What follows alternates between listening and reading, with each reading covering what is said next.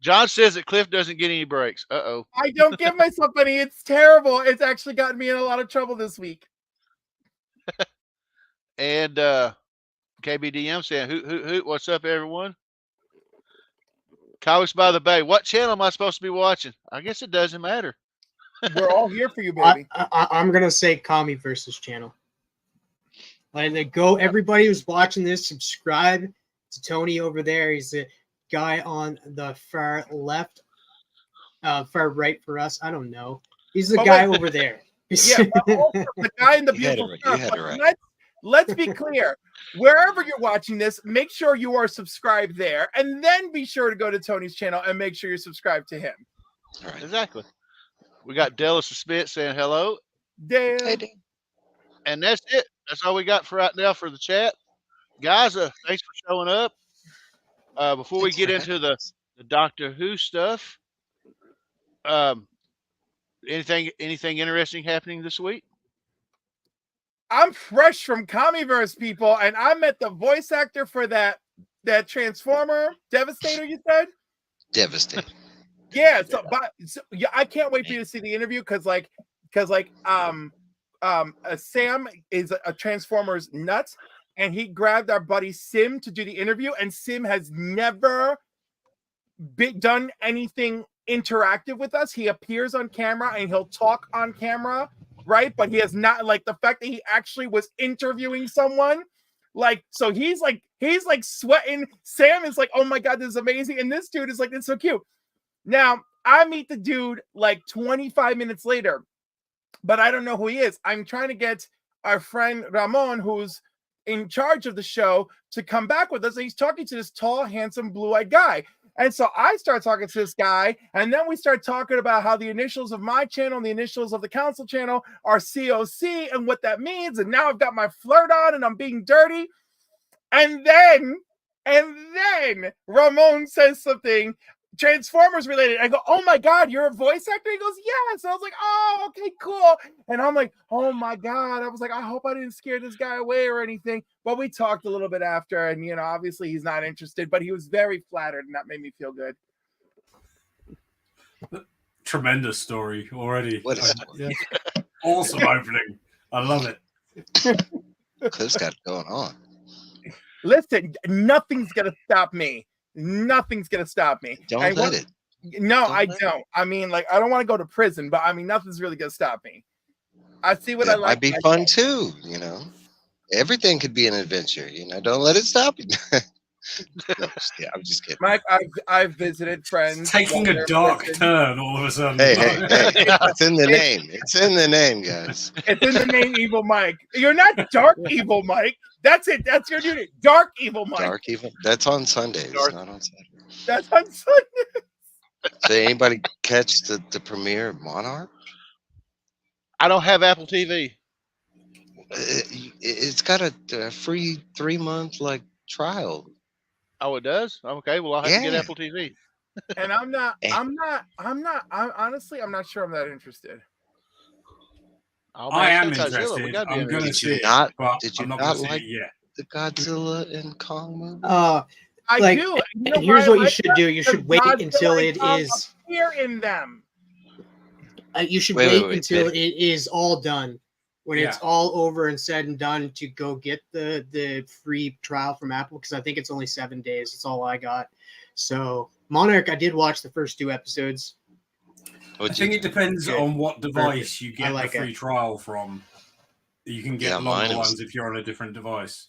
Mine was 3 months, but I had it on my Xbox. I'm going to wait until it's done and then just pay for it again, because you know I like getting Apple TV every now and again, checking everything out, and then just getting rid of it. It definitely is a show that it's definitely a show you need to watch, because they do jump times quite a bit in the show, and it does. It confused me at a second. I was like, okay, how these guys tie into this, and then I'm like, oh, okay, that's the past. So you really got to pay attention to the time jumps. That's what it is. They're doing a story that's told in the past and a story that's told in the present, and you're following kind of both sets of characters or kids of the characters, but it's kind of what It's really about the whole like how Monarch got started and back to that and stuff. And I mean, you talk about cameos right off the bat. John Goodman, got Kurt Russell on the show. His son. That's kind of one of the meta things. His son playing like I forget his name, Lee Shaw, but he plays Lee Shaw, and then his dad, Kurt Russell, plays him at an older age. So I thought, you talk about meta. Yeah, you got U.S. Agent in there. You got the guy that I don't know the actor's name, but he was like one of the 3 on Workaholics. He's in the show as well. And Godzilla and Kong make appearances. Godzilla more so. Kong's kind of more picturesque, but Godzilla's. I mean, he's there. Yeah, and there's more than just those 2 as well. There's other creatures that do show up. New ones too. Cool. Another show just dropped on Netflix. All the episodes. It's fantastic. If you guys like Scott Pilgrim versus the World, the comic book or the movie, Scott Pilgrim Takes Off is freaking fantastic. The art style is fantastic. They got the original cast.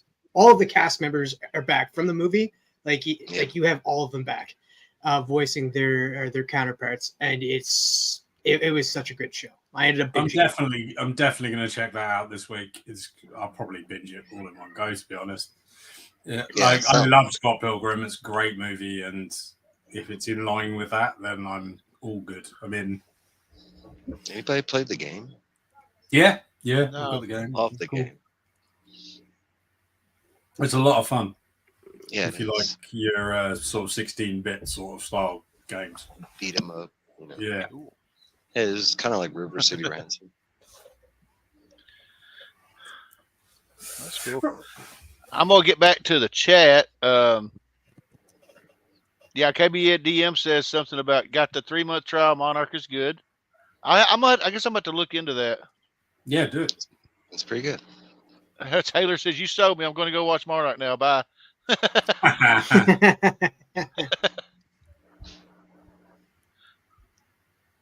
love that. I'm abandoning him. I just sent you the link, John. It should have been in the chat. Yeah, I think it's in the chat. I think he was over on the other stream. He plays okay, gotcha. I sent it to him on IG, so check your IG, John. So before we start talking about Doctor Who, anybody want to show off some pickups or got anything y'all want to show off before we start? Okay, let's look at my bag from today. Oh, I'm not even visual. What's happening? Yeah, I was gonna say you're not visual, man. All we see is your face. Okay, look at my bag from today. So you got a couple of things to show off, is what you're saying? Yeah. There's only one thing in that bag. So let's start with It's that tall guy with the blue eyes. This was my giveaway today that we did. Ooh, Jim Lee. Awesome. Right? And I won it, right?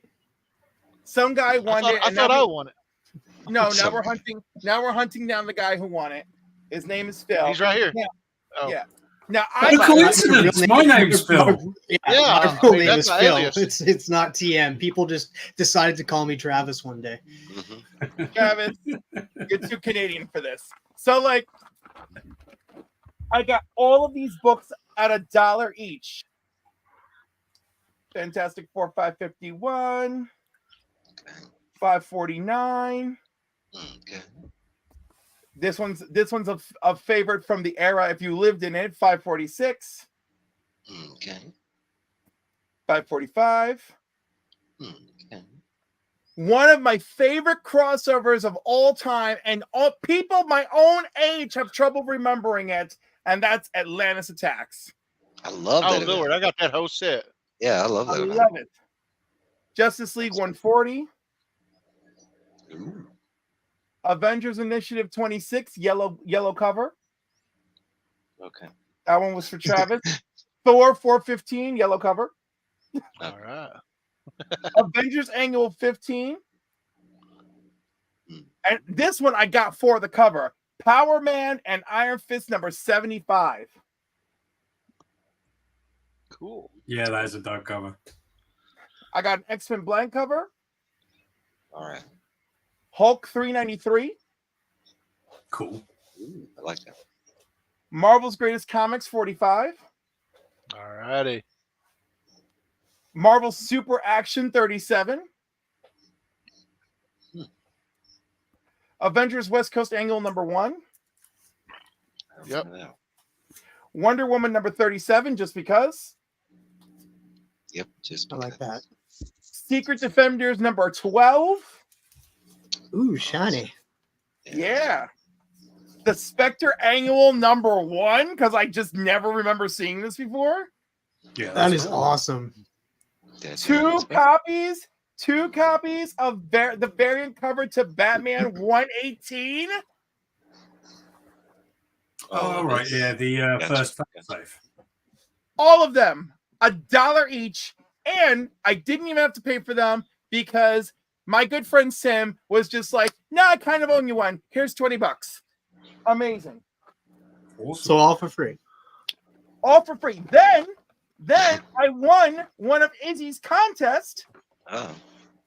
Hashtag rigged. So he said, go pick a prize. So how could I not pick a slab? Ooh, I love Oh, that. wow.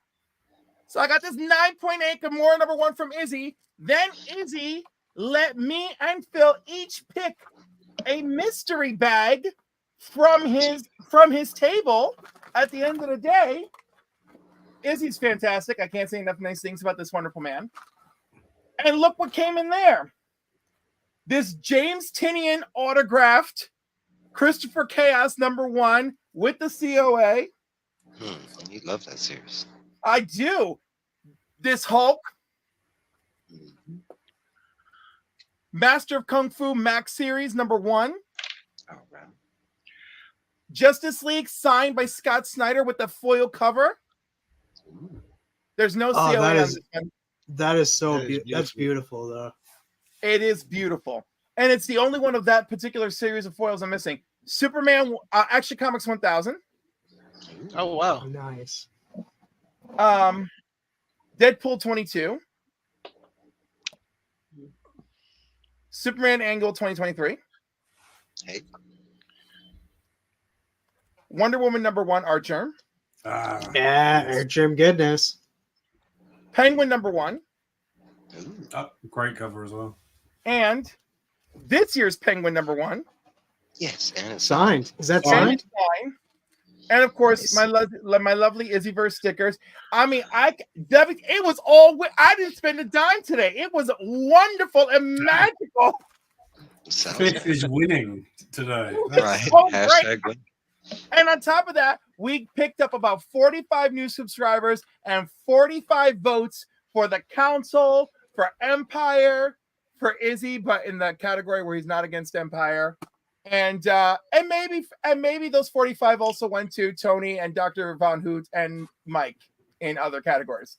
Well, No, I'm not thanks, in. I'm not thanks. in there. So you leave out you mention everybody on the panel but me. But yes, I'll take it. Travis.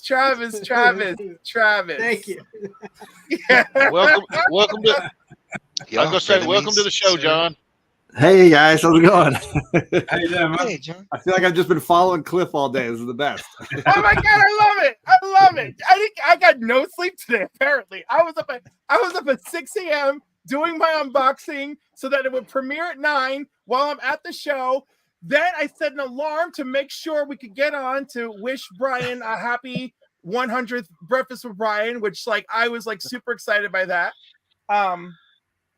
I was like, because I told the guys, I said, I don't care that we're in the middle of setting up. We have to. Brian, Yeah. Brian may not be the Godfather, but he is our Godfather. I'm like, we have to be there. That's right. He's Well, does legally anybody- my godfather. Trev, the shipping guru, made Brian LCS my godfather at birth. Hey, Sean.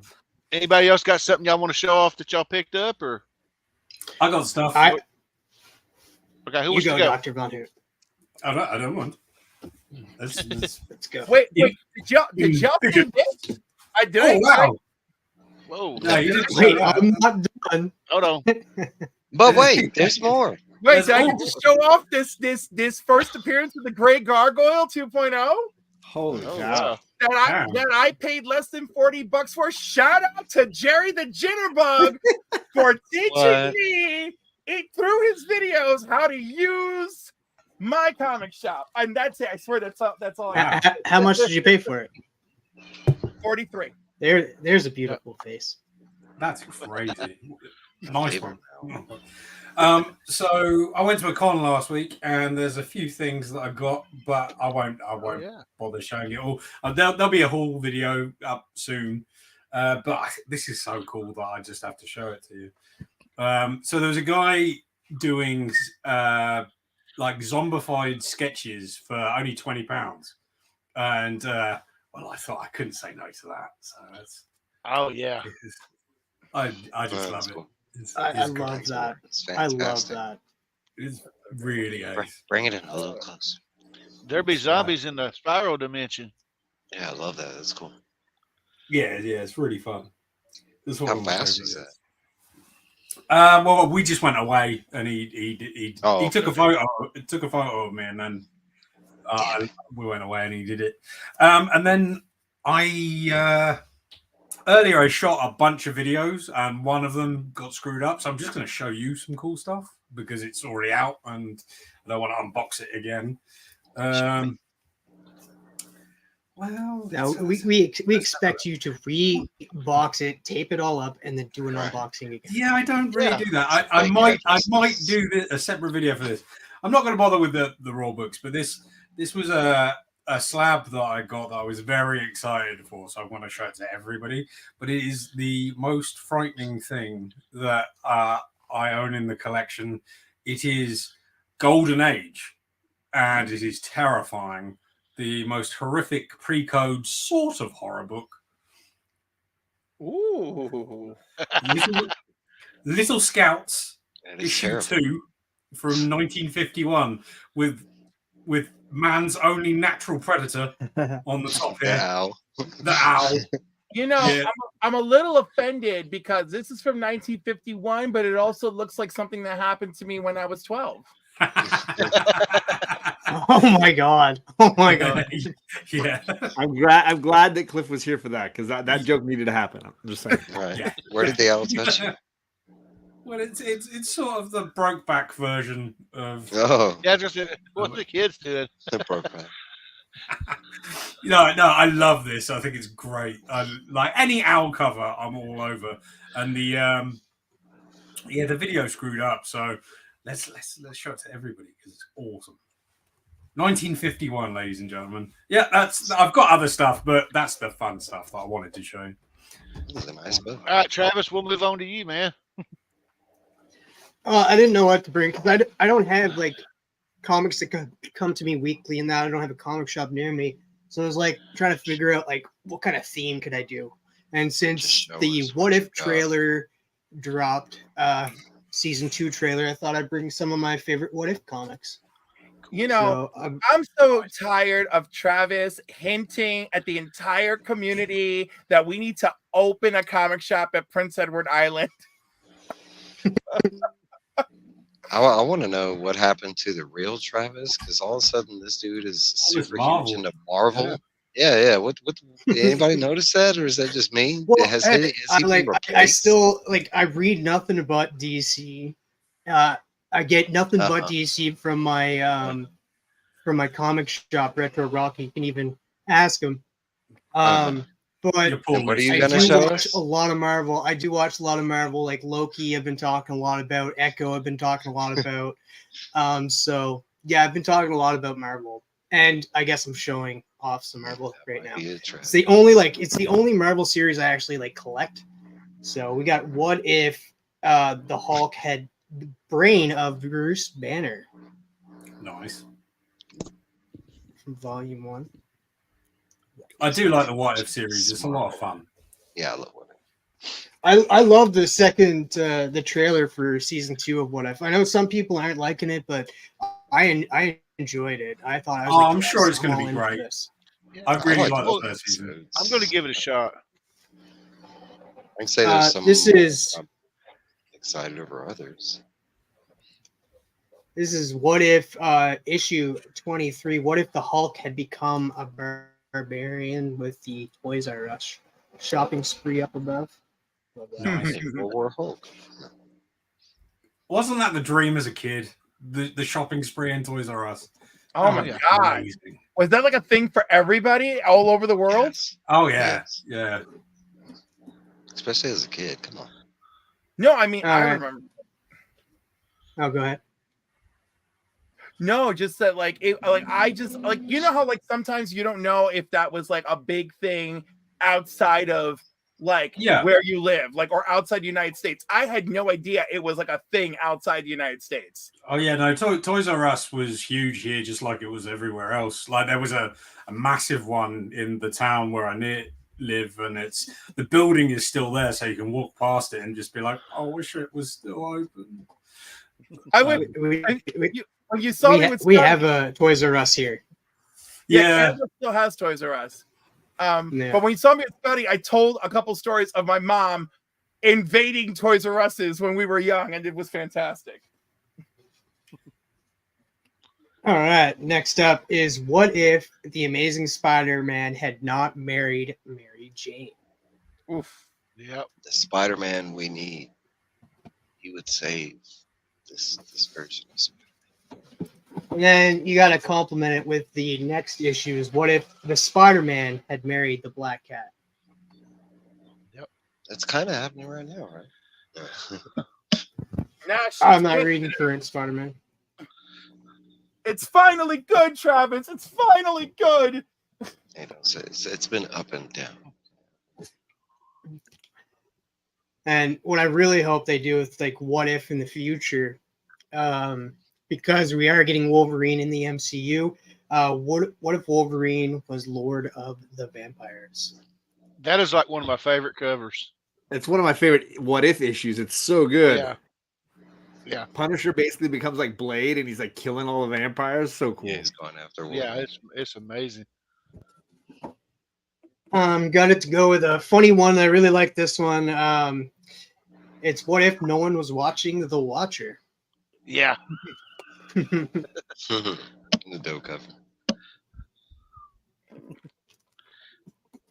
All right, and these are all in order too. So like from I'm on volume 2 now.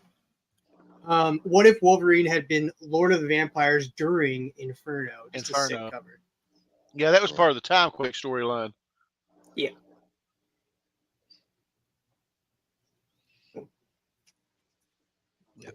And then I love this cover. I know Durs just showed up too, so he's gonna like this as well.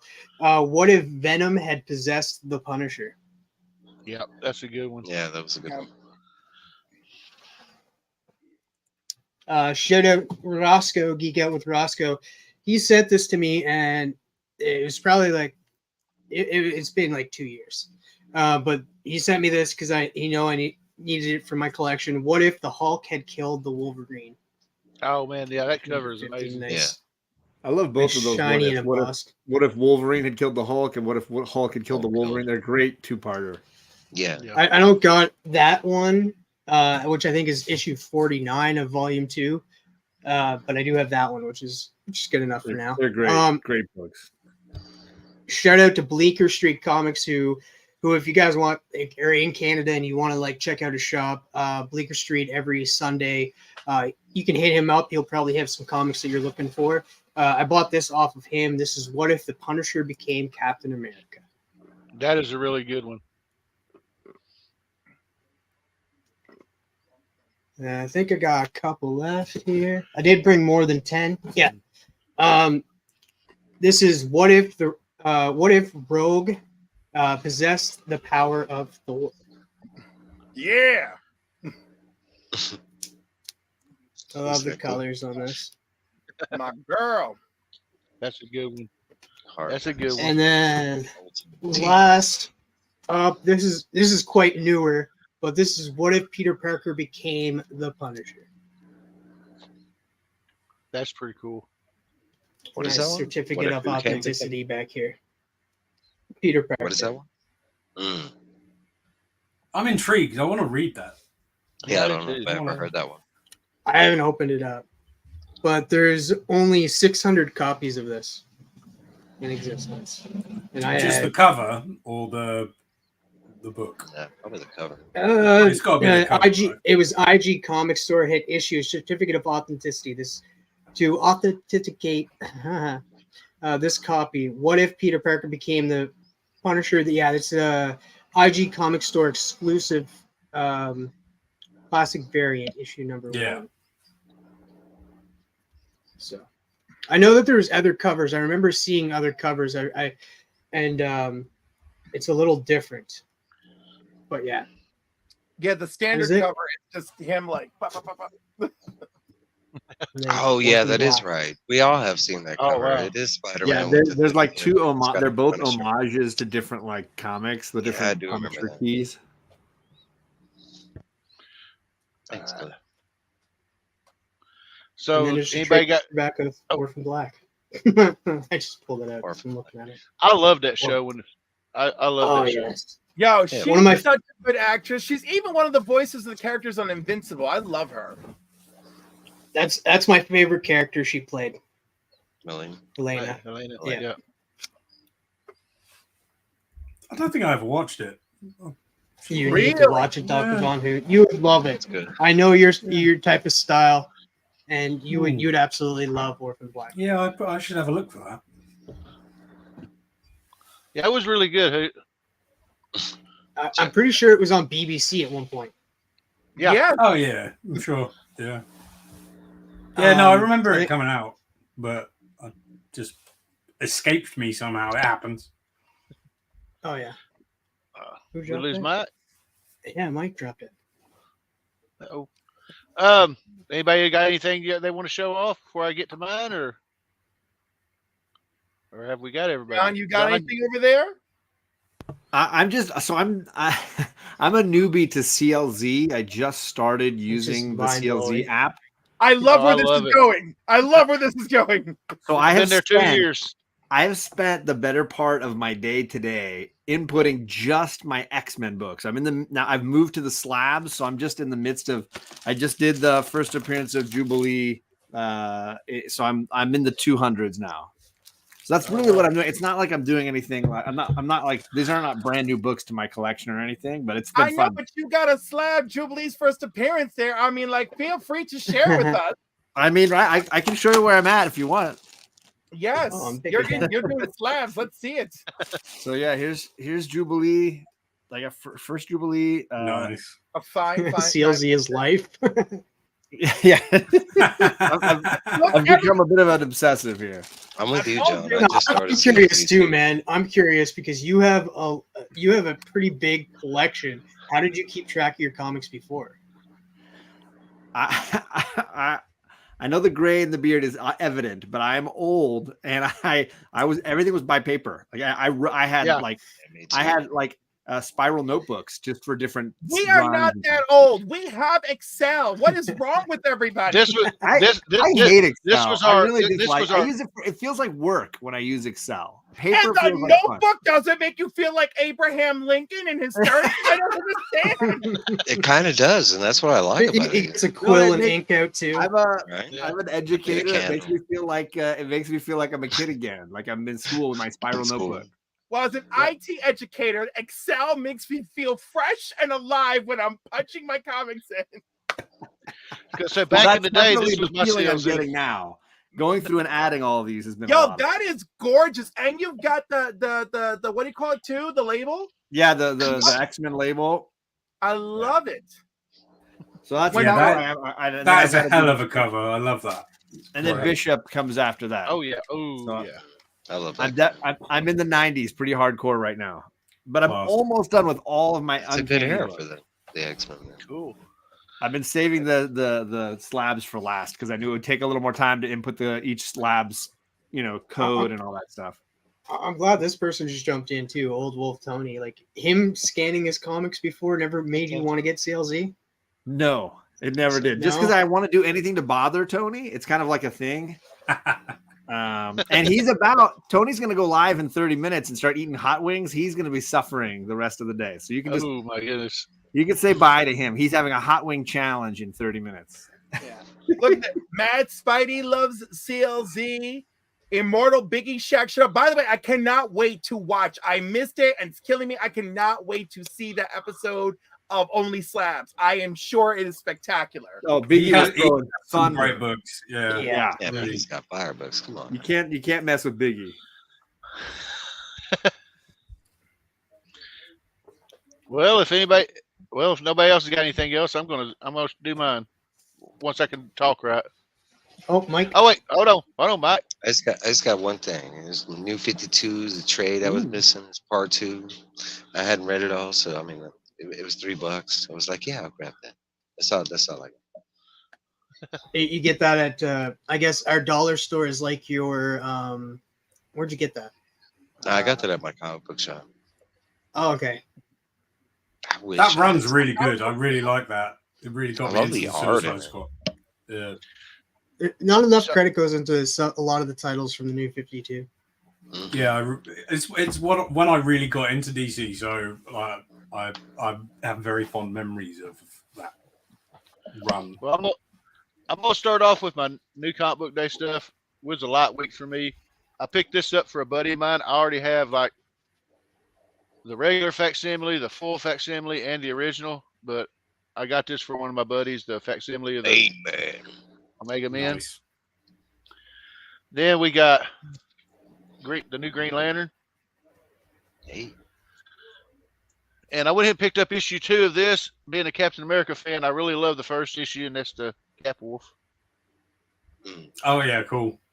That first issue really surprised me because I didn't know if that tied into the Cap Wolf story that happened in like issue 400 or something. It's got a great writer writing it, Stephanie Phillips. Got the Immortal Thor. Yeah. Got the new issue of Spawn. Where's Durs? Where's Travis? He's a Spawn. Got the last issue of Big Game. I'm really looking forward to reading this. Y'all, Oh, look great. It's great. Then I jumped on the G.I. Joe bandwagon. I got issue 301. So now I need issues. Well, I need a lot of G.I. Joe. Continuation. Then I got this. I mean, when I put it in my CLZ app, it took me a minute to find it because it's called the Larry Hama cut because they added some new dialogue. But I got the, I guess you call it cover A. Yeah. And I had to get this one, man. I was like, this is perfect. The Cobra version. I love that they did that for the cover for this 301. So cool. Yeah. Oh yeah. And now I did pick up 3 graphic novels from the mail. This one I got a V for Vendetta. Oh. And coincidentally, the box was damaged, but it was the one that came with the mask. The mask. Oh, nice. So I got that. I have this in single issue format, and I wanted to get a trade so I could continue reading it. And that's Crisis. Cool. And the last graphic novel, this is actually a hardcover.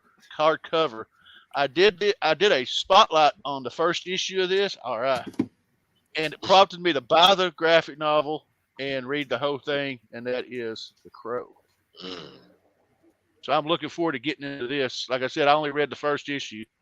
And the last thing I picked up was probably one of the last slabs I'm going to be able to get for a while. I got this from my comic shop. Yeah. And actually, hold on. Let me backtrack. I'm wrong. I got it from Shortbox. I've got a My Comic Shop order coming up. Well, I got a Uncanny X-Men order coming in, but everybody growing up in the 70s, it was either Star Wars or this. And I got 9.4 Battlestar Galactica #1. Battlestar Galactica. So say we all. And that is what I picked up this week, or got in this week. Very cool. I love it. So without further ado, I guess we'll go into tonight's topic, and that is the 60th anniversary of Doctor Who. I'm going to read some little things I wrote, and then we can chime in. Y'all chime in that I thought were kind of interesting. And I got my little buddy with me. And okay, so of course Doctor Who started on November 23rd, 1963, with the premiere of An Unearthly Child, Part 1 of BBC television, starring William Hartnell, William Russell, Jacqueline Hill, and Carol Ann Ford. It was created initially as a children's television show, and the character, the Doctor, was partially inspired by Sherlock Holmes. The Doctor wasn't referred to as a Time Lord until the Series 6 episode, The War Games, and his home planet of Gallifrey wasn't mentioned by name until 1973. Of course, if anybody knows that's watched Doctor Who, the regeneration from different actors, that concept wasn't introduced until William Hartnell started having health issues. So they introduced that concept so that way fans wouldn't get mad when they replaced the actor. The TARDIS only looks like a police box because its chameleon circuit or cloaking device is broken, because it's actually initially supposed to, whatever time period it goes in, it's supposed to blend in with the time period. But it's broken. Tom Baker has the longest tenure as the Doctor, with 7 years and 172 episodes. David Tennant holds the reboot record with 6 years and 47 episodes. And if you've been keeping up, you know he's coming back for the 60th anniversary specials as the 14th Doctor. Yep. The 11th Doctor's look had created a demand for bow ties. Go figure. And two other facts that I've got is David Tennant's wife, I don't remember her name, is the daughter of Peter Davison, the 5th Doctor. Yep. Yeah. And due to mishaps through time, through the decades, whatever, there's over 100 episodes of Doctor Who that's lost. Yep. And some will probably never. Now they've gotten there. I have seen things where they had like found the audio and they did an animated cartoon or vice versa. But yeah, for the most part, a lot of them are lost. So guys, that's my facts. Let's talk about. Who wants to start off? What, for those who grew up watching Doctor Who, for me, it was Tom Baker. My wife knitted me this scarf a few years ago. I grew up watching Tom Baker when my aunt used to watch me as a kid. I can tell you William Hartnell was the first Doctor, Tom was the 4th, and then I really didn't get into it till after I started watching the 2005 reboot with Christopher Eccleston.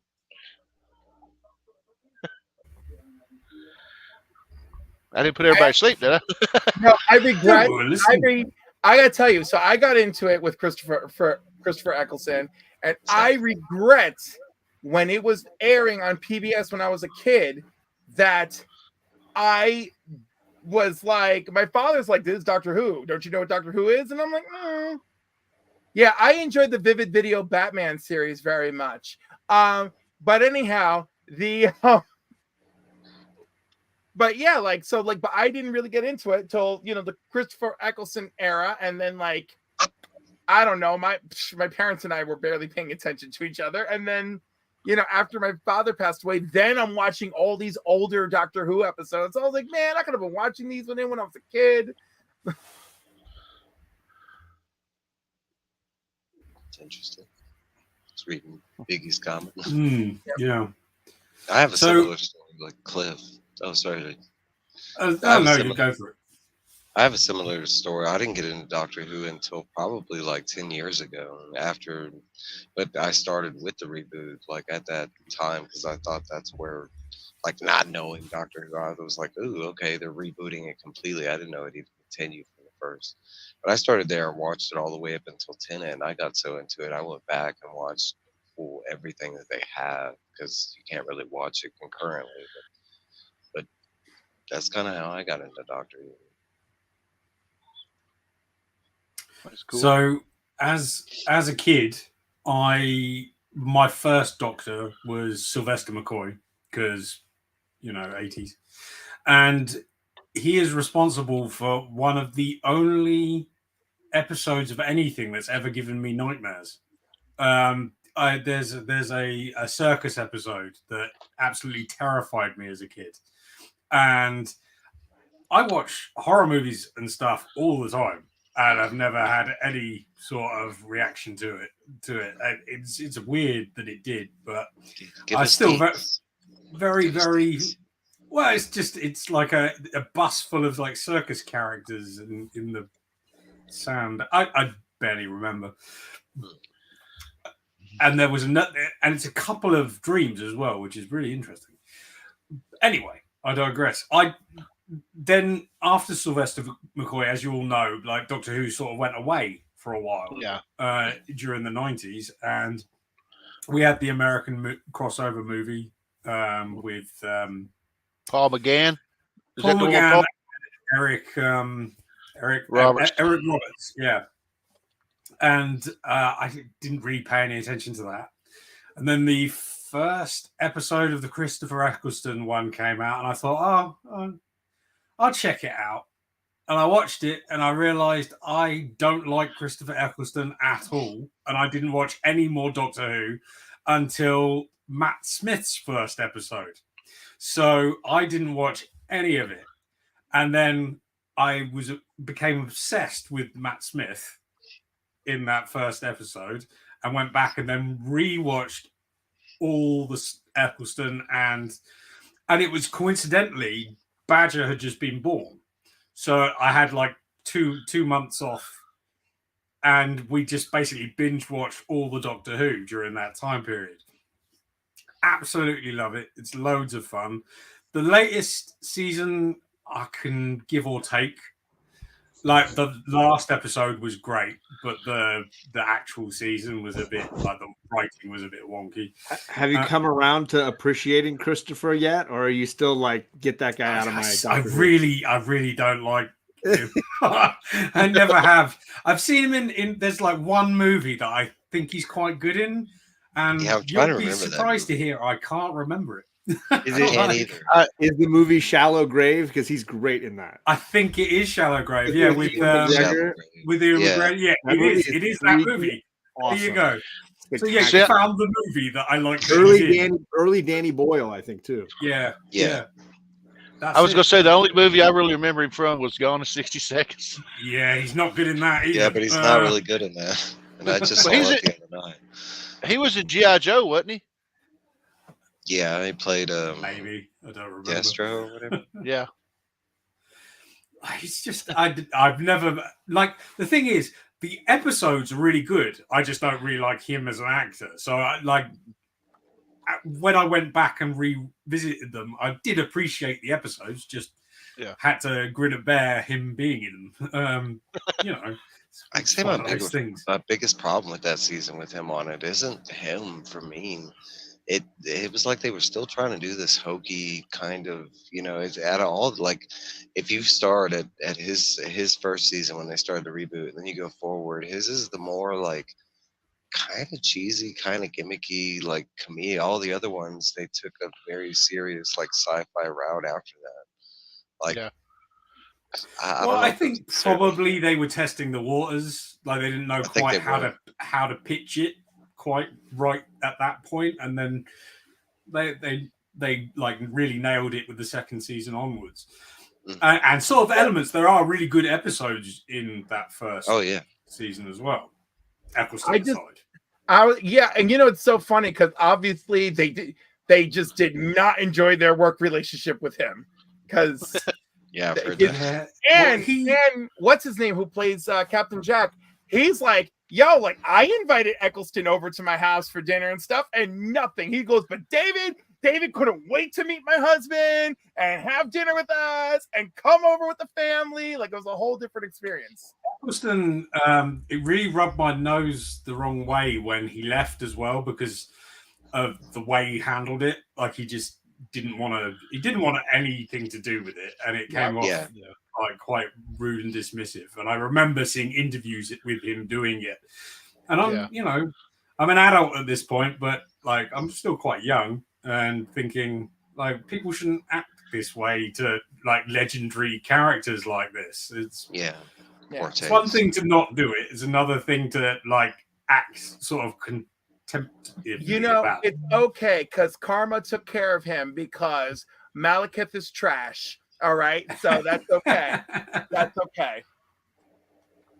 I can say one good thing about the Christopher, his season, Eccleston's, was the whole bad wolf thing, because that's it started that, not getting into Doctor Who and not knowing what it was, especially because and I was explaining this backstage. Doctor Who is one of those shows that I stayed away from because it felt like gimmicky sci-fi. I'm a huge sci-fi guy, but to me, and it had nothing to do that it was, for us over here, it was like PBS, I think it was on PBS or whatever.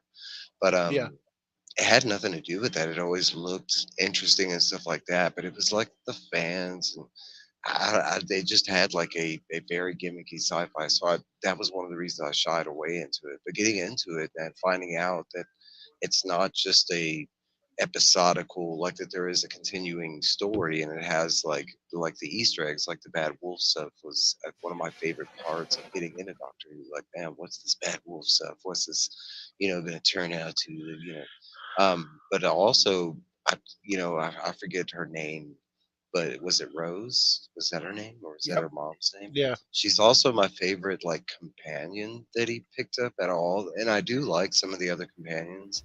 But for some reason, she was the one that was like the most gung ho, the most like, she appreciated the experience. Like, hey, you want to go on a time travel? That like, she was the only one. If you go through a season, she wanted to see like the end of time. She wanted to see like other planets, aliens. I thought that was like one of the coolest ideas because, in other sci-fi stuff, it's like when everybody sees the alien or whatnot, or the reveal of a planet, or it's always the fear or the terror of just the idea of that.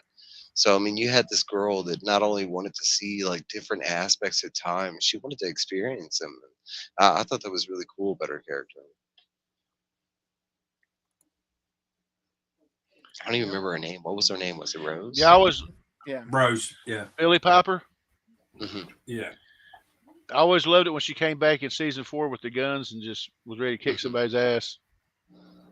Yes.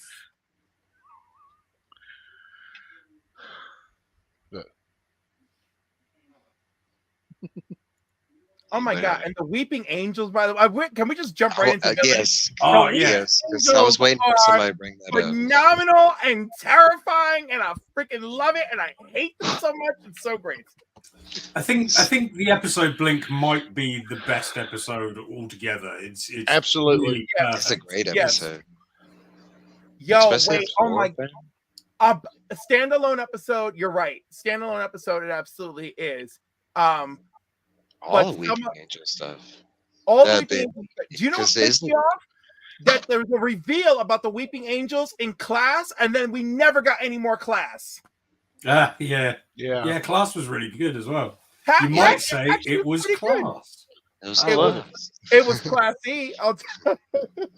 No, the Weeping Angels are cool. That whole like, because it kind of ties. That was one of my favorite things about Doctor Who, because they do tie into like modern like mythology and cryptozoology, and stuff like that. So it's not too far. It's like hearing that story of, because I know Travis, he doesn't know about this. So like the Weeping Angels, that story about a statue that where they only come alive when you turn your back or whatever, or when you close your eyes or not looking at them, like that.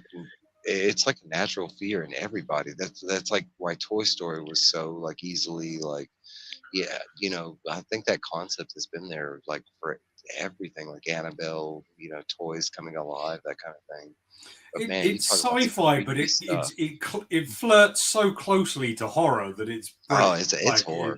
It's horror. I mean, you talking about when the angels finally got close enough and they had all the blood coming out. Yeah. Oh my God! But when they got rid of, you find out they're a race. They got rid of Amy and Rory. Rory kept lighting those matches, and the creepy little baby angels kept getting closer to him, and I'm like, the cherubs, I was so mad. By the way, I was furious because in a show about traveling through time and space, I hate when there's these scenarios where like, I can't, I'm the doctor, but I can't. I'm like, bitch, we just saw you melt a door with the screwdriver by turning the setting to 1800 years. I don't want to hear this. Like, actually, as far as the TV show goes, it's actually got some of the best well-written answers to stuff. Like he brought that up earlier, how they transition from actor to actor and how they explain it within the show. That was one of the, being a first-time viewer and coming across that, it was probably one of the coolest, like, easily thought of gimmicks to use within a TV show to change your actors and keep the story going. I thought that was so inventive. There's lots of great, like high intelligence stuff that they thrown at us, which is probably why I get so mad. Where I'm like, this is how you get rid of the two of them. Unacceptable. And then it's like, oh, River, when you go to visit your parents, I'm like, this is bullshit. You can go visit them. I was like, it's a fixed point in time. I'm sorry. No, I know, but you and I, we know it's bull, right? This isn't the crucifixion of Christ, okay? It's Rory and Amy, baby. Like, I don't understand. Like when Doctor Who is like, oh no, we cannot go to the crucifixion of Christ. Like, it is forbidden. I can see it. Okay. I can see it. You know? But they went to the fires of Pompeii.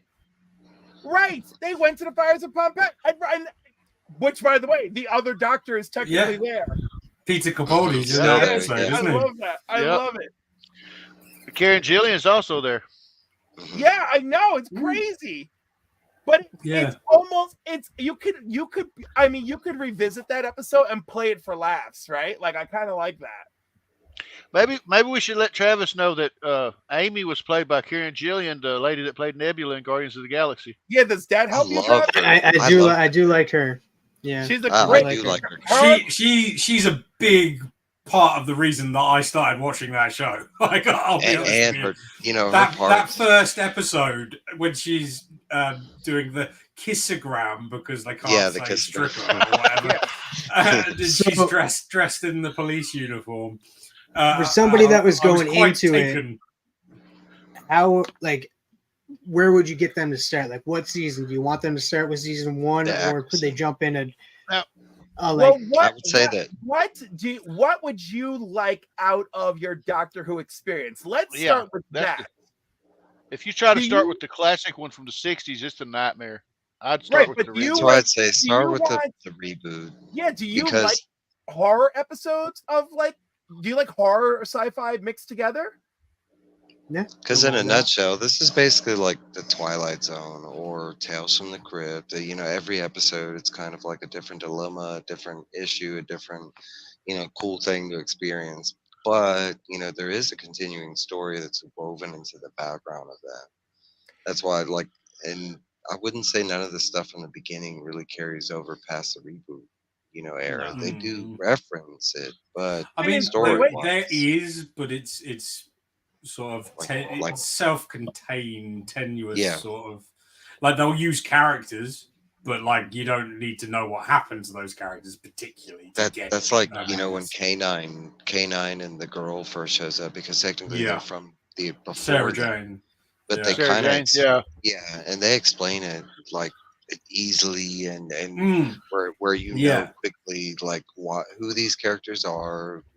How they were connected to the Doctor. I think the important thing to note is, even though it's been going so long, you don't really need to know any more than what the information they give you at the start of a season.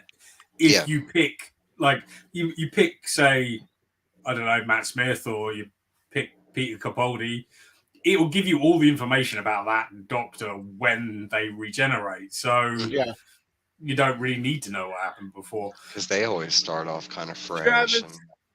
Travis, I am recommending starting with David Tennant. I think that's a fairly safe bet. I mean, he's very high on a lot of people's lists of favorite. And I do like David Tennant. I'm hoping that he comes back and plays Purple Man in the MCU, because he can. Yeah, that'd be great. Yeah, we cannot have Purple Man in the MCU. He could be in an R-rated Disney Plus show. He cannot be running around Marvel movie. Oh, unless it's an R-rated Marvel movie. But we cannot let that character on the loose. That is a dark, bad man. Oh, yeah, he is a bad man. Yeah, for sure. Him and his son. Well, he doesn't have a son yet in the MCU, so let's not go there. Oh, yeah. Every night I try to project into the universe what I want from the next 2 Avengers movies. Every night.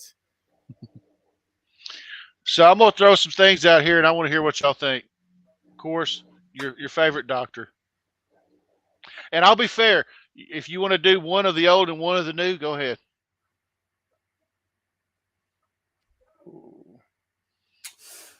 Sylvester McCoy and Matt Smith, probably, but I mean, they're all good. Yeah, They're like, except for They're all Epstein, good. because I hate. Yeah. I'm gonna go with Tom. I'm gonna go with Tom Baker because he was my first, and David Tennant. Yeah. I think mine's Tom Baker and Matt Smith. It's really close to David Tennant. They're both good. Yeah, they're very cool. Just I really like Peter Capaldi as well. I think he was. Yeah, he me was too. great. Yeah, I love Peter. Peter was great. But he had some of the worst written episodes, and it pissed me off to no end. Yeah, there were some stonky. And the only one issues. who suffered more, is Jodie Whittaker. Like Jodie, it is unforgivable how bad the writing got, and I was like so upset because people were crapping all over her for being the first woman doctor, and then they were the worst episodes I had the displeasure of watching. Okay, positive thinking. Well, I was gonna say I love Jodie in Broadchurch. Yeah, of course. Yeah. Amazing. Because it was a great show. I mean, she wasn't terrible in Doctor Who. It was not what Cliff her. said. It's the story. It's the writing isn't there in a lot of her seasons, which is a real shame. I also think she chooses to play the character in a way which is not as dramatic as you sometimes want. She's stiff. Yeah. I would be fine with how she plays the character if the writing lived up to it.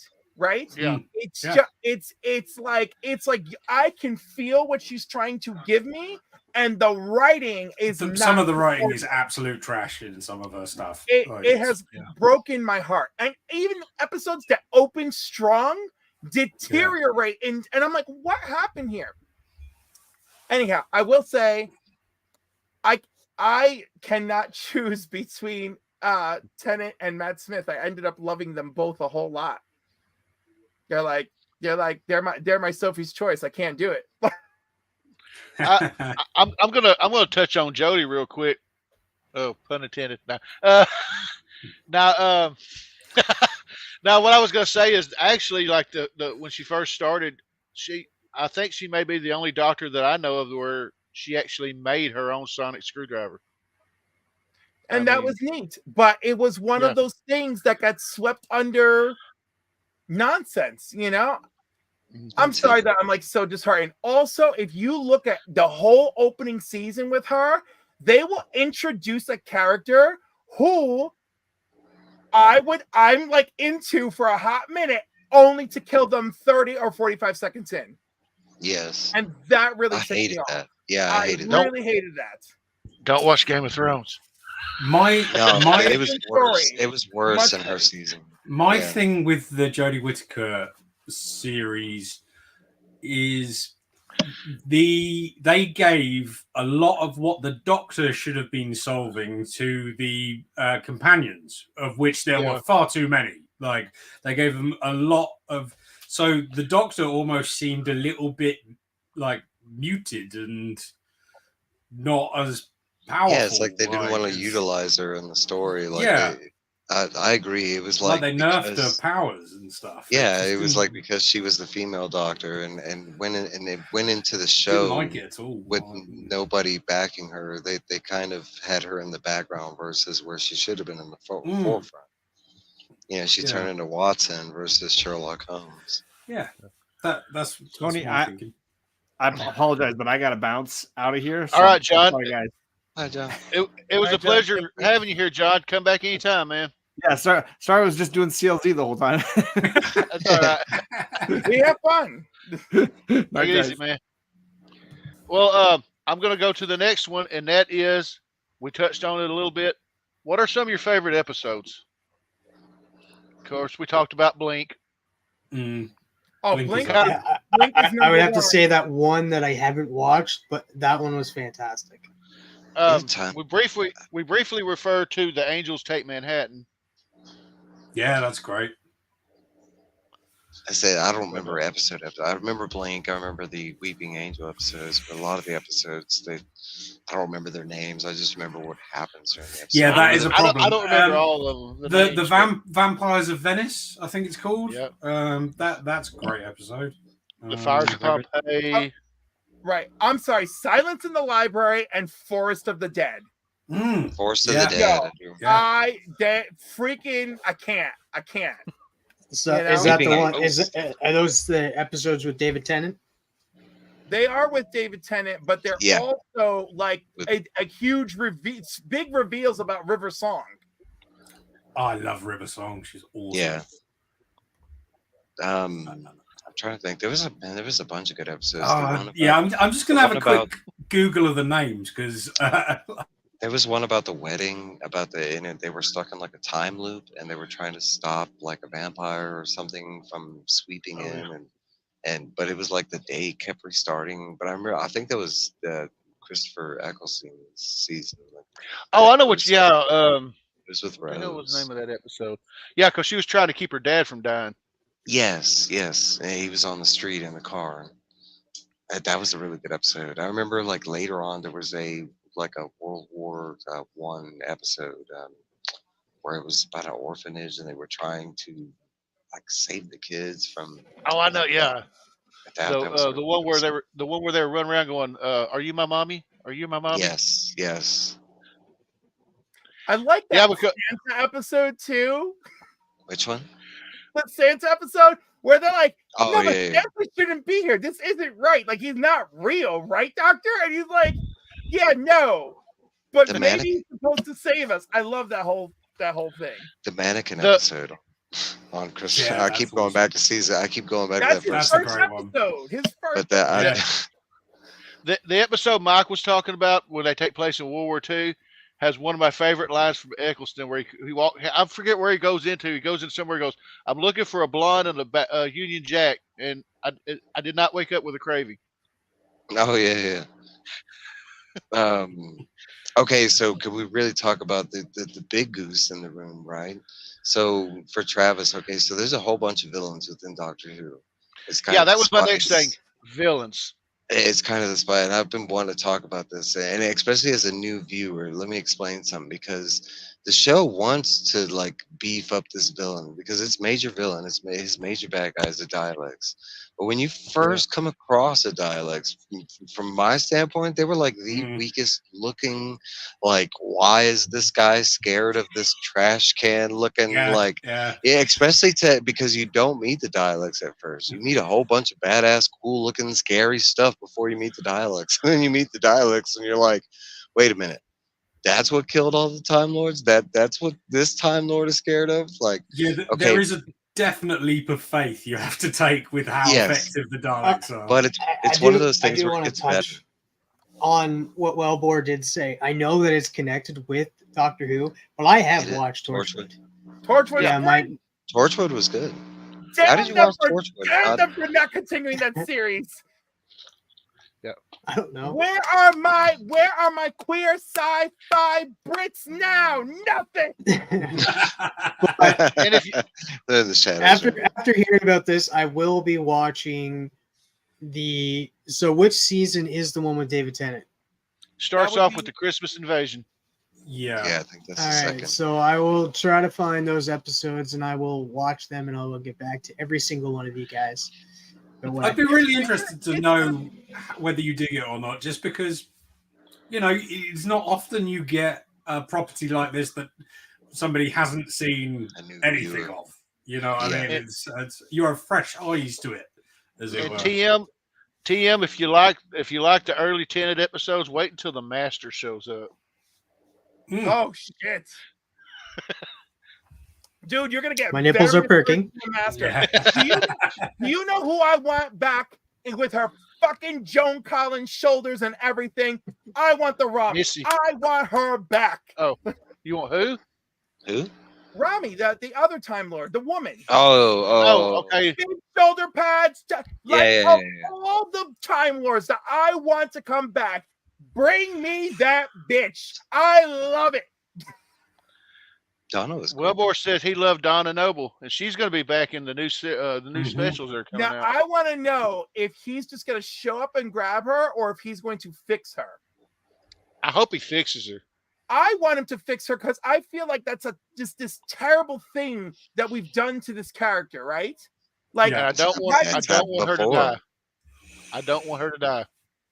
No, I don't want her to die. I want him to fix her. And for God's sakes, if she is going to die, fix her first so she can go out being what we grew to love.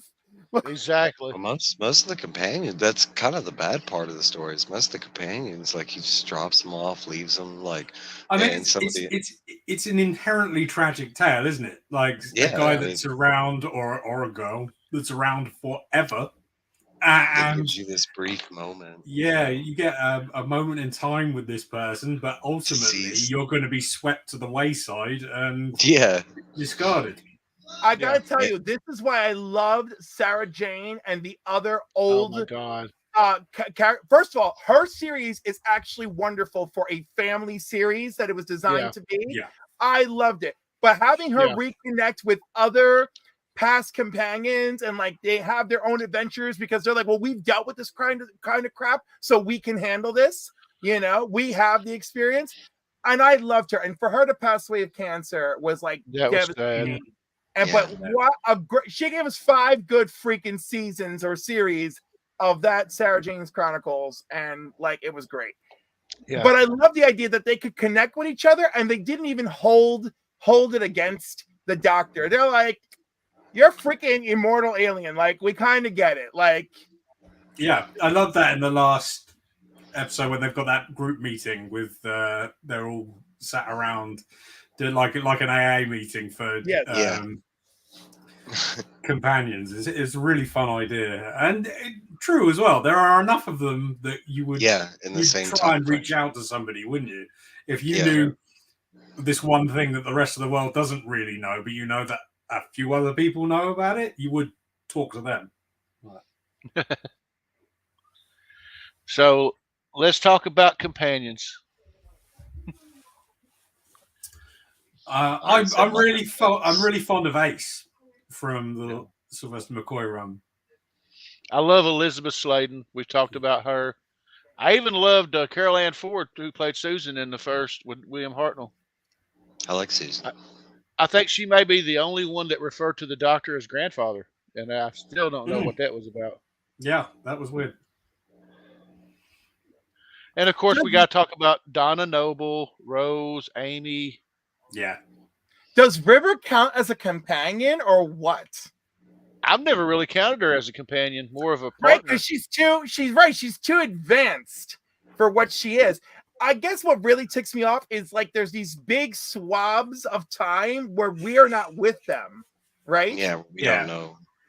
So, but it's clearly enough that they create a very full blossomed romantic relationship.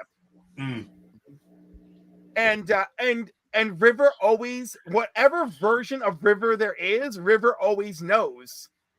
She always knows enough, and it's so fascinating. Like even when River is still in baby River-ness, right? Like not baby, but you know what I'm saying? When she's still like the early stages of River song, she's still looking at him and saying shit like spoilers. Like, yeah.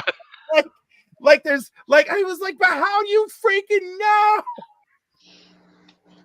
Oh yeah, this pops in my head. Hang on a second. Sorry. Yeah. Just because I've just remembered it. Have you heard there's rumors about the Paul McGann series? Yes, I heard about that. Like apparently they're looking to do a spin-off series with Paul McGann as the Doctor on Disney Plus. Yeah, which would be wild. How does that work? It'd be from his era of being a Doctor. Yeah, they just said it in that time period. I think that'd be pretty cool to finally, get him in something just beside the movie. I love Paul McGann as an actor, so I'd be well. Do you remember the 50th anniversary where they actually did like a 10-minute film with him? Yeah, I was so freaking impressed that they went out of their way to do it. Yeah, all the movies have been really good. Yeah. I know, but that wasn't even a movie. That was like let's make a video, throw it online, and like ignite the fans. Like that 5-10 shit was minutes. wild. Yeah, I think I don't know. It feels like the fans really want it, and I certainly want it because I think Paul McGann's like one of the most unsung actors that we've got, because he really hasn't done a lot other than like not loads of stuff, and I always feel like he should have got more, and I want him to have more as the Doctor because he deserves it. It's awesome if he wants to do it, of course. Right. I always remembered Paul as that squeaky voiced little guy from the Three Musketeers. The one that kept going, D'Artagnan. Well, I'm a massive fan of With Nell and I, so that's my McGann. I'm so sad that I remember him from Queen of the Damned, because that is just not a great. It's not a great place to be. Wait, he's in Queen of the Damned? I missed that. He is in Queen of the Damned. He is. It's just. It's like, my what God, a Queen of the Damned. I haven't seen that movie since the cinema, so I couldn't possibly tell you. I mean, even by the way, in 2009, he was in a movie called Lesbian Vampire Killers. I mean, this poor guy. This poor guy. That's a terrible movie as well. I really wanted it to be good. But it sounds like it's got a great name. Yeah, I mean, it sounds like it's a winner, but like it's about all it had, huh? It's very sort of PG-13.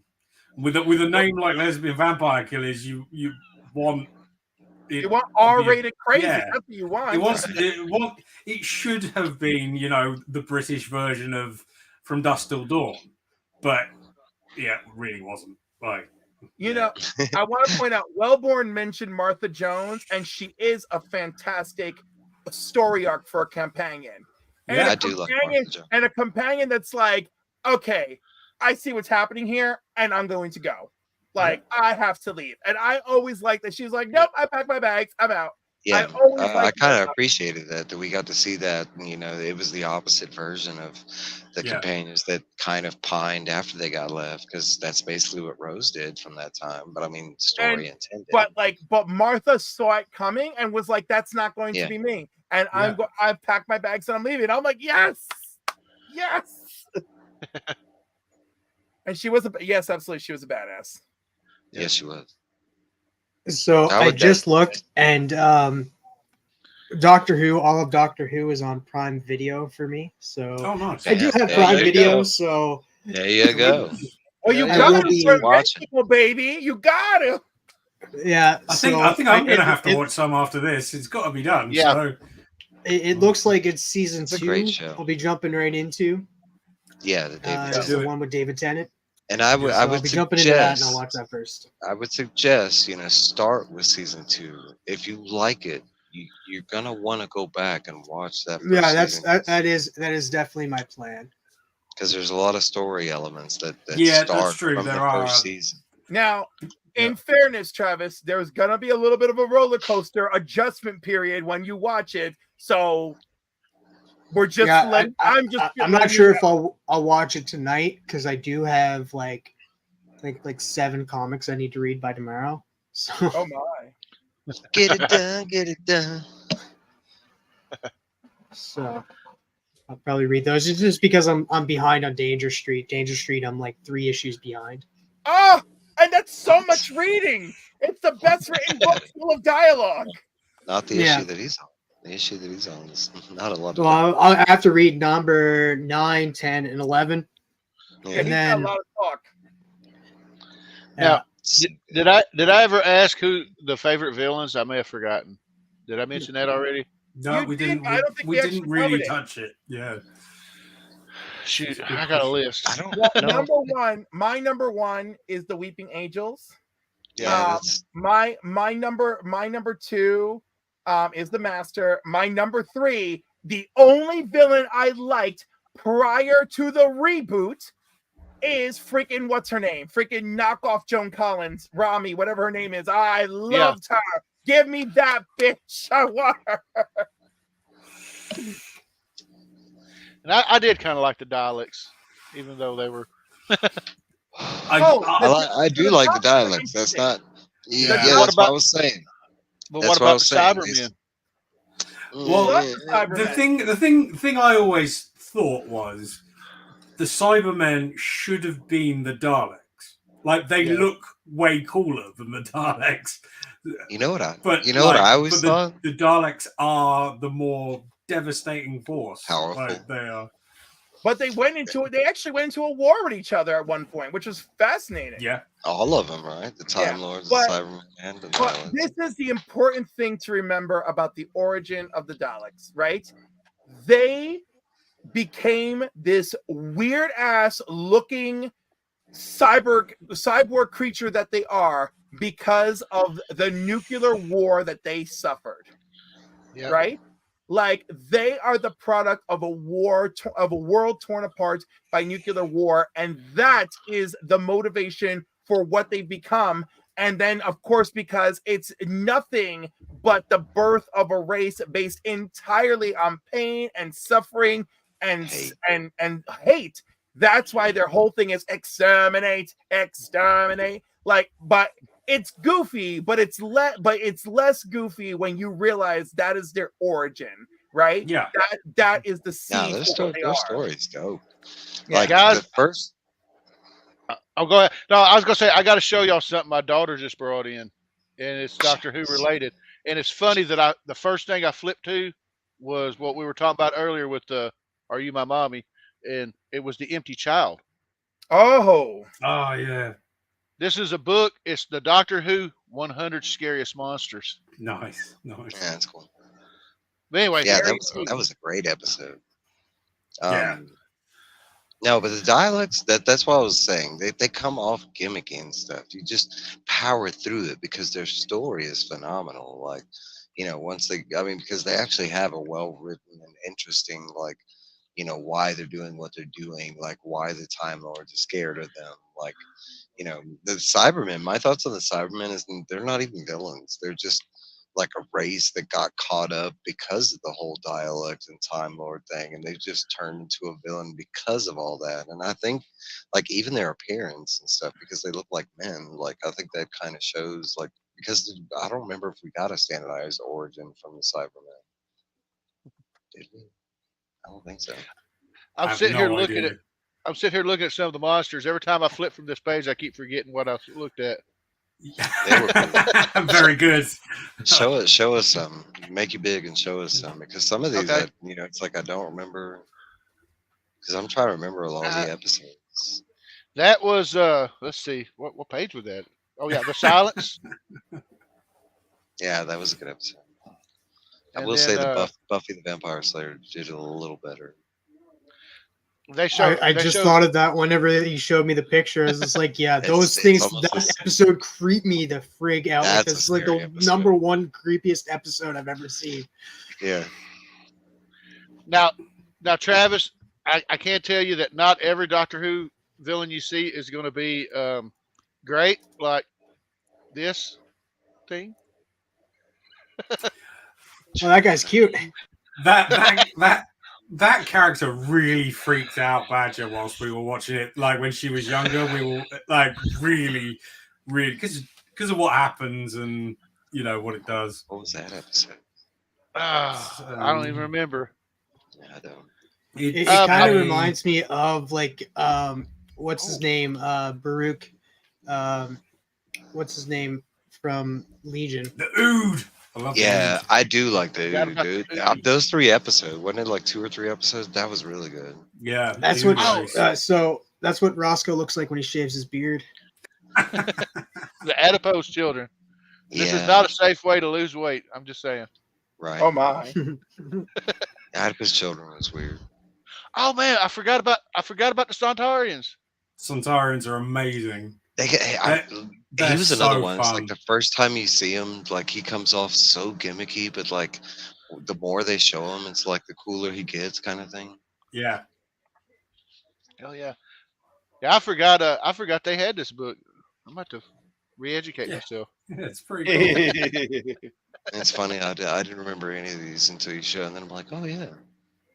Now these were some of the weirder episodes. The Slitheen. They tend to pass gas a lot. Yeah, I like Oh that. my god. I'm trying to find who was the guy that played the master? Was it John Sims? John During Sims. Yeah. I'm trying to remember who played the master during Tom Baker's run, and I can't remember his name. No, I couldn't tell you. But well, unfortunately, he's not quite that memorable. Yeah, because I don't even remember. apparently. Well, I just remember, and now that I said Tom Baker, it might not even been Tom Baker. The one where the dude had the goatee. Was that Tom's run? I don't remember. I don't remember the master until way later on. The Zygons. I don't Suckers for remember. hands, venom sacs in their mouth. David Tennant kissed one. Oh, I'm looking forward to that. How long are the episodes? Are they an hour long? Most Like of them are hour long. 40. Yep. 40 Some of the minutes. specials run longer. Be prepared. Yeah. All right. You So gotta I'll wa- stay, do I need to start with a special? Kind the of. It Christmas does start with a invasion. special. The think- Christmas I- invasion was a Christmas episode. Yeah, I think that's I a go to Christmas Google. episode. So. Go to Google and ask it like Doctor Who's watch order, and it'll probably tell you. No, that was cool. The Emperor dialect. I liked all that. Yeah. Well, I mean, if it's on Amazon, they'll all be in sequential order, won't they? Yeah, But- it's all in order. Like they have, So- I'm pretty sure it's like 10 seasons they have on there right now.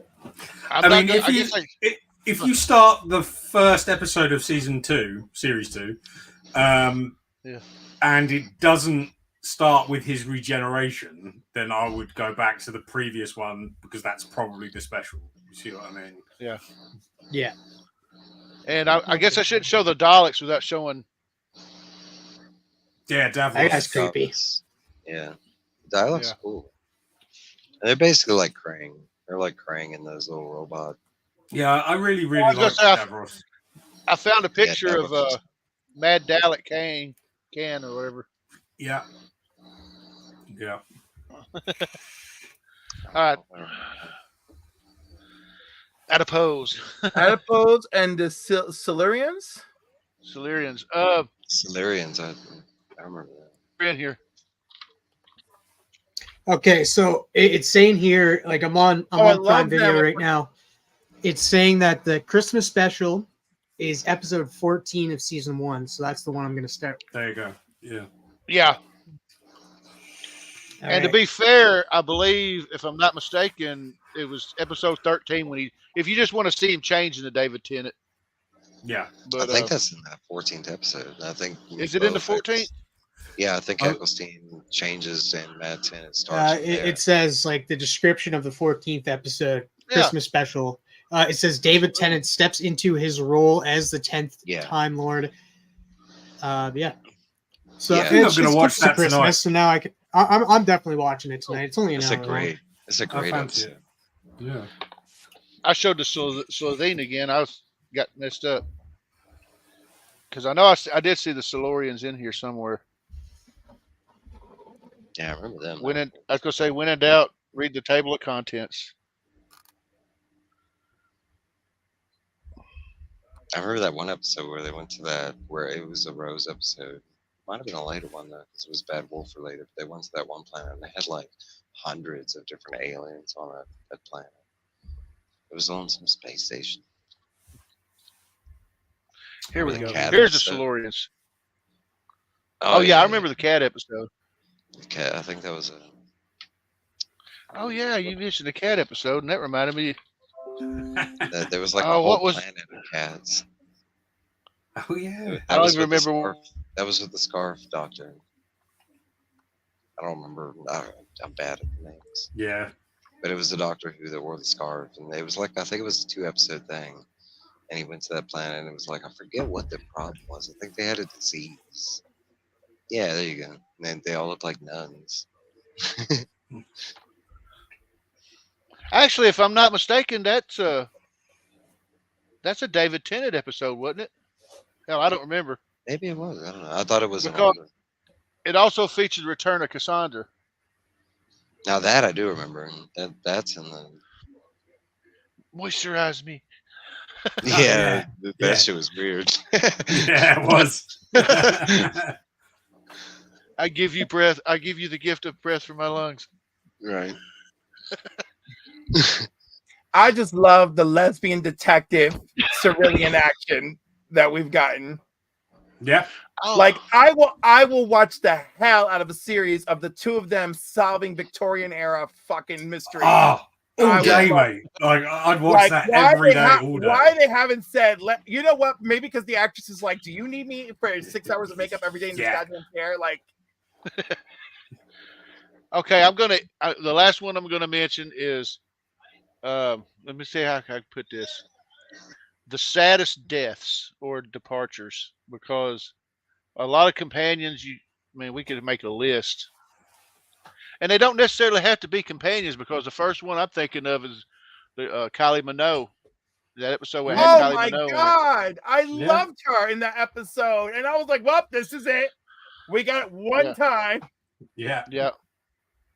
Thank you, Outer Space Titanic. I'm actually Yeah. I'm actually drawing a blank on how all the even Rose included, how all the companions got left Okay, I don't know what's wrong with you, because this show is filled with nothing but sadness. How about when Amy they and could Rory. not save Amy and Rory pisses me off, but how about when they could not save the baby? How about when they could Yeah. not save the baby? Where I was like, oh look, it wasn't the baby after all. We fooled you with the same trick a second time, Doctor. That shit was so depressing. And worse yet, River is right there and can't say a word. Yeah.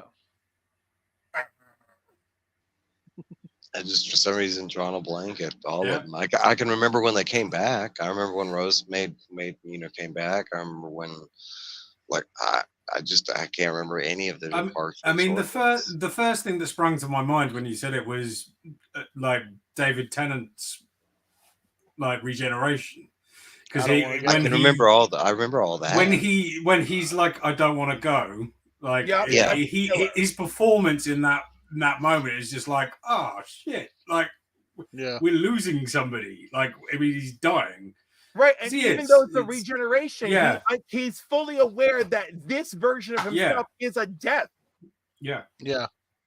killer. I can remember all that. I remember all the transformations, because for me they're all kind of memorable. Even the Eccleston one going into the whole Tennant run, and Tennant to Matt Smith. Well, I was gonna say Matt Smith. The speech that's Matt a good Smith gives. Yeah, that's a cracking speech. The companions.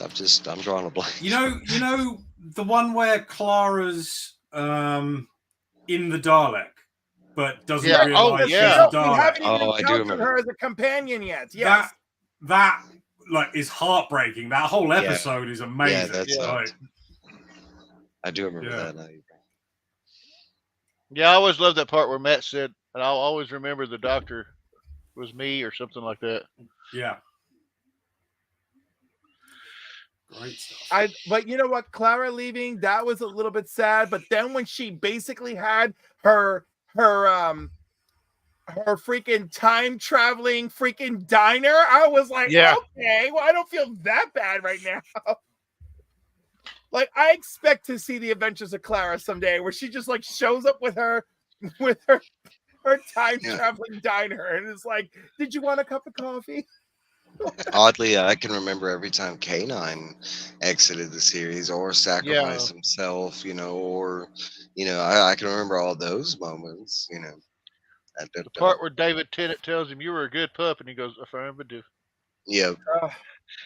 That like those episodes hit me more than some of the companions did. The whole K9. I don't know. Every That made me cry. Every time adult Sarah Jane encountered him, I thought I got emotional. Yeah. She was one of my favorite characters. I mean, just the She interaction. is, but Even I with the want to newer- say it's a testament to these actors who did not work with her to channel that they're a the same character vibes, that has like what they brought, and maybe the energy she gave them too, right? Maybe her presence helped evoke, but the relationship was so real. I love this. I love this with excellent acting, where I forget about the actors. I'm so caught up in the scene, right? All her interactions with the modern doctors always left me like, oh my god, like Sarah Jane. She was just a phenomenal actress, and every time, all her scenes and storylines were just phenomenal. It's the same dude with, what's his face from Torchwood, all his moments during the show. Oh, there's someone who's a solid actor, but they gave him excellent material to work with. He was he was so good in the show you're talking about. And wasn't he only during the Eccleston? I mean, he came back during. No, he was there for Eccleston. He came back a lot for Tennant. He even came back for Jodie Whittaker. But then this stupid crap came out about him, he was acting up on set and whatever. And I'm like, do not cancel my man like this. Like, no, like, what is happening here? Yeah. Yeah. Probably less said about him, what he's been up to, the better. But the character and his performance, awesome. Top notch. Yeah, I don't know if we've touched on it, but even John Hurt playing the War Doctor in the 50th. The War Doctor, when the War Doctor first appears, is one of the biggest pops I've ever had on watching Doctor Who. I just went, fuck, boop. Like, I was like, this is the greatest moment in TV history type deal. Because, like, I love her. Like, he's just so much gravitas, and it's a shame he didn't get to do more. Yeah, because it was right towards the end of his life, really, as well. But just what a cool thing to do. I love that stuff. Well, what did y'all think about? I cannot think of his name, so I'm going to refer to him as his role he played in Harry Potter. But the janitor from Harry Potter, when he showed up as he was playing the first Doctor in the Christmas episode with Peter Capaldi. Yeah. Oh yeah. I did like that. I wasn't sure. I really was like, are they going to be able to sell this? And then I was like, oh my god, they really sold this. Yeah, well, because a great job. He did play William Hartnell. Me of it. Oh. No, he played William Hartnell in the BBC freaking the movie. Right, the docudrama. That docudrama is so effing good. I forced my mother to watch it. All right, yeah, it's amazing. Get over it. I loved it. I don't remember that actor's name, but he is a phenomenal actor because he has such a small role in Harry Potter, but before then and after then he's in major. That's what it's called. The Christmas Carol episode. It's just amazing. That's what got to be one of my favorite episodes. Is phenomenal when she's trapped in the chamber and they have to come back. Oh yeah, yeah. It's just an amazing episode. TM, Travis, the docudrama we're talking about, they did a show called An Adventure in Time and Space, and it was about the real life way that they started the Doctor Who show in the 60s. And that guy played William Hartnell in it. Yeah, it's like how they came up with the idea and stuff like that. Now, yeah, it was so good. Like, you could watch that on your own and just be like, "This is so beautiful." It was good. Well, I was gonna say, if Travis wasn't in Canada, I got It's all on Prime Video. I can watch it. Boy, got swag. Oh yeah. I've got now, as far as physical media goes, I'm up to Series 9, but I've got everything on Vudu. They're running a sale right now. I'll be back in a second. I've just remembered I've got something pretty cool. Uh-oh. Go get it. That's actually one of the biggest fandoms that I don't have a single merchandise from, like T-shirt. Well, see, I've got DVDs. I boxed K9 back up. It's the first time I've ever taken him out of the box. And my wife's scarf, a Doctor Who comic put up somewhere. It was like the second appearance of Doctor Who in the United States. It was a Marvel premiere. But that's about all I got. I don't own anything. You, Cliff? Of Doctor Who particular stuff? Merchandise? I have a few sonic screwdrivers. I do. And you know, it's funny, my very first one, 2015, a group of my students got it for me. Before, I've had like a TARDIS coffee cup and stuff like that. I do like the police box, the TARDIS. I think it's one of the coolest. Listen, let me tell you guys something that devastated me. So when I was much younger, I always dreamed that I was gonna have this epic gay wedding, right? And it was gonna be comic book and sci-fi themed. And anyhow, every mother lover has beaten me to it. Beat me to the punch. Around the early 2000s, this couple had a Nightwing and Batgirl themed wedding, and I was in tears. And the whole theme of the reception was the carnival that Dick Grayson grew up in. Right? And they drove off on a Batgirl motorcycle. So I was furious. Then I was like, that's okay. I'm going to have the gayest sci-fi wedding ever. And around 2008, these two guys from across the pond release all of their save the dates and everything. And it's both of them coming out of the TARDIS. And they both have a sonic screwdriver. And it's so freaking adorable. Anyhow, that was it. Those two weddings started to destroy my dreams. And now everyone has beaten me to everything I want for my big gay comic book sci-fi wedding. Wilbur made a comment that it was David Bradley who played William Hartnell. Yes, it is. You. David Bradley. What you got? All right. Let me make DVH bigger. So I've got no there's no certificate of authenticity or anything, but this is signed by Matt Smith and David Tennant here. Oh wow, that's cool. Yeah, which I bought off eBay. It's a shame there's no certificate or proof, but apparently they got it signed at a premiere or something. So it's pretty cool, but you can barely see the David Tennant though. It's sort of faded. Yeah, it's so faded. It's a bit of a shame. It's there though, but you just can't really see it on camera. Pretty cool. And I just forgot about that. And you talk about one of the coolest vehicles within sci-fi because, like, appearance, you know, for somebody like Travis, somebody that doesn't know about the TARDIS, it looks so just basic. Awesome. Yeah, but like once you learn about it, oh my god, it's one of the coolest.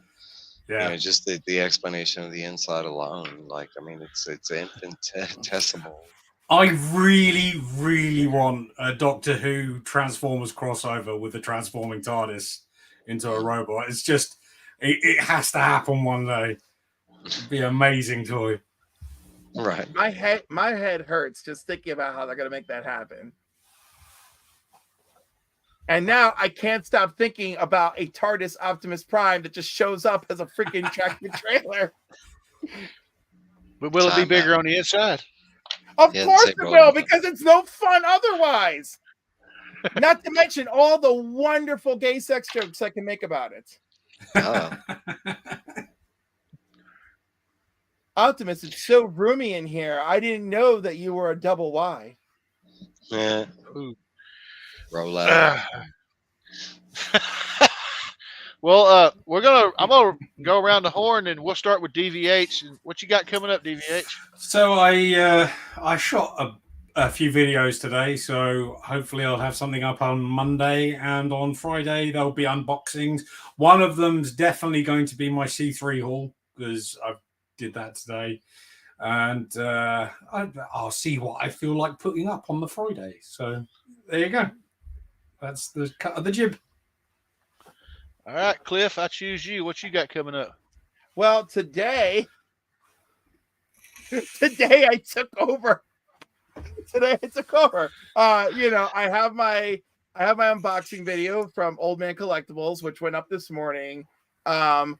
Later this week, you'll see some stuff. You'll see much stuff from the Council of Comics that we recorded today at Iacon. Tomorrow, I've got the box office at 5 p.m. Eastern time with the Council of Comics, and we're reviewing Soul Food, which we watched this week. 7, I'll be on with Durs. Monday, 8 o'clock, we'll do our thing. Thank you for everyone who drops by in the middle of watching 30 comic book community people on at the same night. So thank you. Is that why you got 45 people to not vote for Between the Lines? Absolutely, yes. And Travis, don't worry, we threw some votes for you. But listen, I'm not gonna lie to you. You know, there was like three that we were pinging away at, and then like anyone else was just cannon fodder, right? Because we were trying to spread the love to the best of our ability. So, and then of course, right, we got the Monday night thing. We're always filming on Tuesdays. I finally opened my Ollie's pack, so you will see that video sometime, probably tomorrow morning or Monday morning. And there's actually like some comic book art. There's some artists who are coming to the shop tomorrow, so that's great. And final thing, I will not shut up about it until it comes to pass. December 9th is my toy drive at Alternaverse Comics.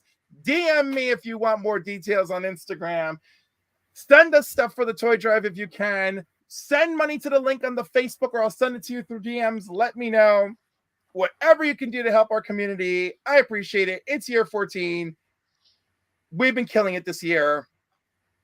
But, we really had a good time. Oh, I saw Ryan G. Brown today, and he said if he cannot make it on the 9th, he will put together a package of stuff that he has left over from New York Comic Con, his Turtles covers, his Spider-Man covers, for us to have a silent auction package on the 9th. So that was super cool. Cool. Travis, what you got coming up? Well, tomorrow night, 8:30 p.m. Eastern, I'll be over in Legion of Comics channel for At Week's End. We'll be talking about comics, movies, TV shows, pop culture news, and more. Definitely probably be touching on Scott Pilgrim and Monarch over there, as well as like the super amount of DC comics that came out this week.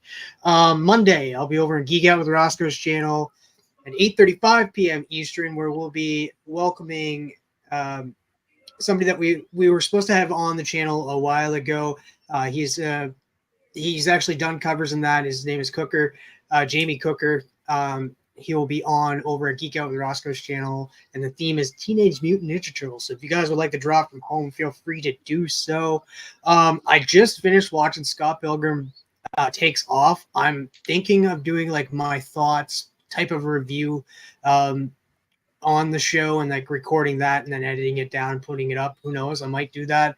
Very, very like there's a good portion of me that wants to do it, so I'm probably going to do it. I just got to get up the nerve to do it because I'm a pretty nervous guy when I'm recording things, not going to lie. And lives is where it's at. Lives, I don't have to think too much. I just say it. Just split. Yeah. I just spit a little bit. Hopefully you guys like that. Other than that, I just dropped a little clip of like what I'm going to be gunning for Free Comic Book Day on May 4th, 2024. In that video, I have the actual link in the description of all of the comics that are coming up Free Comic Book Day, and I'm super excited for Free Comic Book Day 2024. That's about it. Other than that, Mondays Between the Lines, rotating between mine and Roscoe's channel, so go subscribe to Roscoe. Cool. Thanks for having me. No problem, man. Mike, what you got? Not all that much like them guys, they got all kinds of stuff. No, just reviews, always reviews. And then Sunday nights, me and Trev, we do our little live stretch. I think it's like 7 p.m. Eastern. But in like 3 weeks, I'm gonna get sculpted by Nana Blaston. She's gonna do a head sculpt, so that'll be kind of interesting. Yeah, she did great on with Trev, man. Yeah, she's phenomenal. She's fast too. It's like she's like, damn, Mark. Nah, that's about it. Well, it's all relative, wasn't it? Like a 2.5 hour long stream that Trev. It was. Well, I got Monday, of course. Okay, tomorrow, hopefully I'll be able to join Durs for his show, The Sesh. And then Monday, I'll be dropping another unboxing. I don't know which one it's going to be yet. And then Tuesday, I'll be doing episode 12 of Tony's Keys. Thursday will be the next spotlight, which is Let's see if I can say this right. Albedo Anthropomorphics #2, the first appearance of Usagi Yojimbo. And somewhere in the middle of that, I did a yellow covers challenge. I'm going to do Trev's $1 comics challenge. So I'm going to try to do a video for that somewhere in the middle of all that. And we'll be back in 2 weeks for another episode of Into the Comiverse. I'll be out of town next weekend. I'm going to my buddy's house in Conway to give him a Thanksgiving meal. So I'll be doing that. Probably hit the Bat Cave. That's about all I got. That sounds great. I owe Travis a yellow covers comic, and that's why when I was going through that dollar bin today, some of those covers are yellow covers. Yeah, I want to thank all y'all for hanging out on the panel. I want to thank everybody in the chat for hanging out, and everybody watching in the replay. We're going to get out of here, and until next time, we'll see y'all later. Go vote. Yeah. Oh, yeah. Go vote for the midnight CBC Eastern Award. time. This is the last day, midnight Eastern time. Yeah, go vote. Go vote. Go watch Black Clover.